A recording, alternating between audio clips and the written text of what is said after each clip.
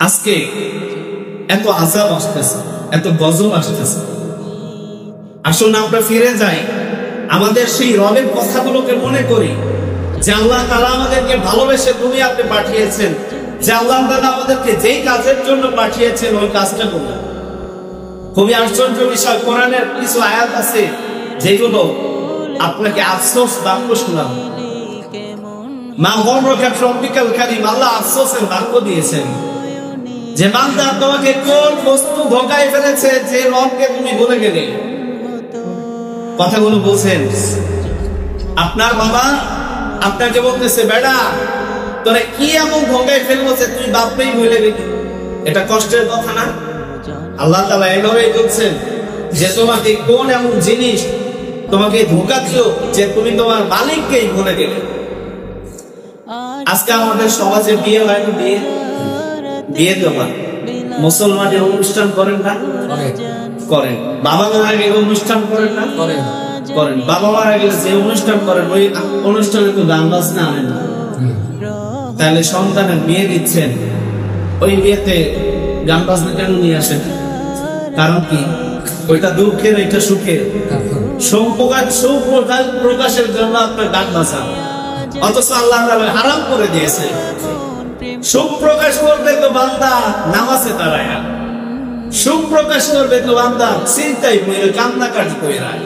মুসলমানের সুখ তো হচ্ছে চোখের পানিতে, অথচ আপনি ডিজে বাজাচ্ছেন। এই যে ভূমিকম্প হওয়ার কারণ কি জানেন?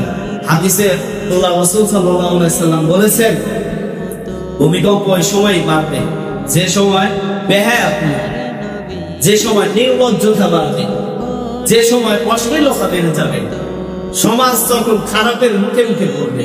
আজকে আমাদের সমাজের বাচ্চারা রাজনীতি করছে না? বাচ্চারা রাজনীতি করে না? বুড়া মানুষ সামনে দাঁড়াইতে পারে না, বাচ্চারা ধমকি দেয়, বাপের বয়সে মানুষকে ধমকি দেয়। এটা হচ্ছে না সমাজে? কেন হচ্ছে? আমাদের ফল, এটা আমাদের কামাই।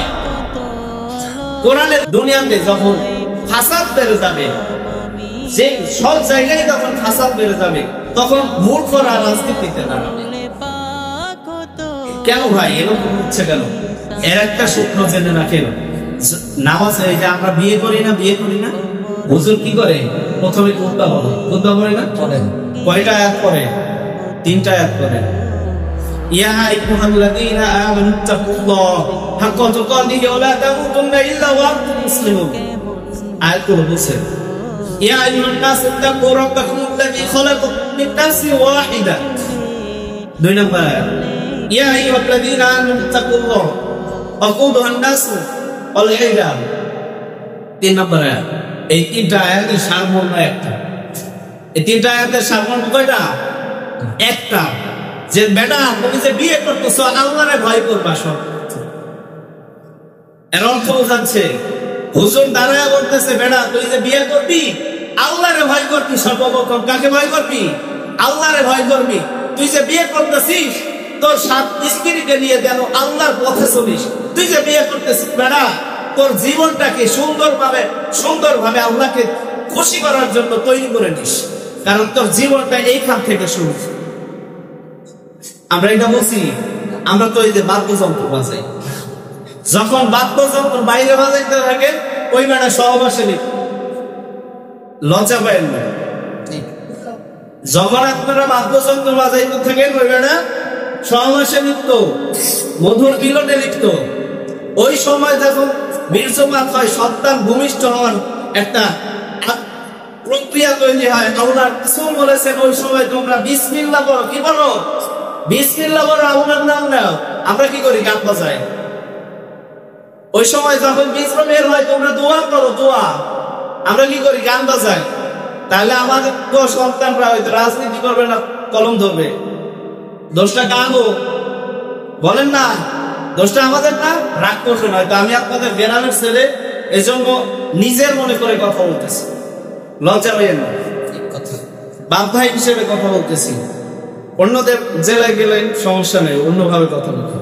নিজের রাগটাকে আপনাদের মাঝে দিচ্ছে। আমি এই রাস্তা দিয়ে চলাফেরা তুলে দেই, বিয়ে হচ্ছে গান বাজতে। আমাদের এলাকায়ও বাদ নেই। তবে আমি তো ছাড়বো না, আমার যেটুকু আছে আমি তোমাকে দেব। এগুলো ছাড়া যায় না ভাই।